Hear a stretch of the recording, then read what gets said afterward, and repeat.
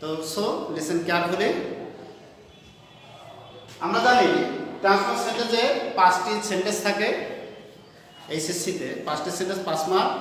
এর মধ্যে একটি সেন্টেন্স হচ্ছে ডিগ্রি, একটি হচ্ছে ভয়েস, আর একটি 3টা সেন্টেন্স থাকবে সিম্পল, কমপ্লেক্স এবং কম্পাউন্ড।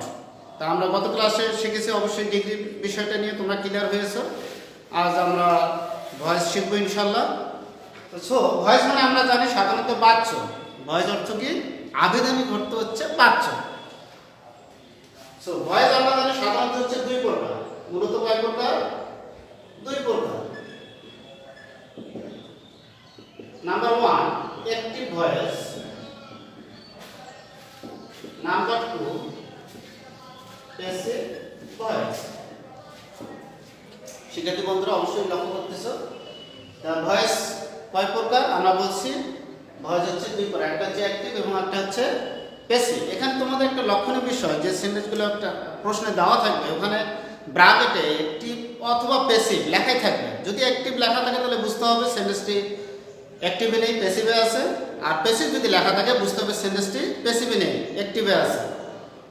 সো মূলত ভয়েস হচ্ছে 2 প্রকার, অ্যাক্টিভ এবং প্যাসিভ।